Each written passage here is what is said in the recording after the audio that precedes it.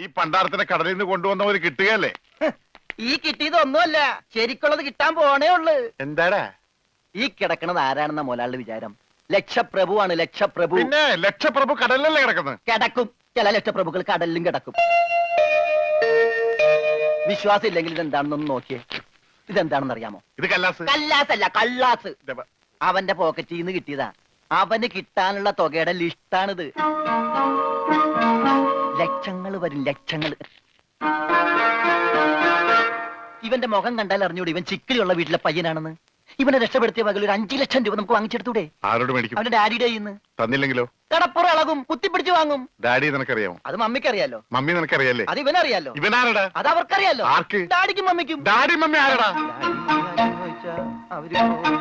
ഇവൻ ആരാണെന്ന് അറിയാതെ അവരാരാന്ന് ചോദിക്കാൻ പറ്റുമോ? ഇവൻ ആരാന്നറിയാൻ ഒരു ഐഡിയ. ഇവന്റെ ഒരു ഫോട്ടോ എടുത്തിട്ട് ഇവനെ തന്നെ കാണിച്ചിട്ട് ഇതാരാണെന്ന് ചോദിച്ചാ പോരെ? അപ്പൊ അവൻ പറയില്ലേ? ഇല്ലേ? ഇല്ലെങ്കിൽ ഫോട്ടോ കളഞ്ഞേക്കാം.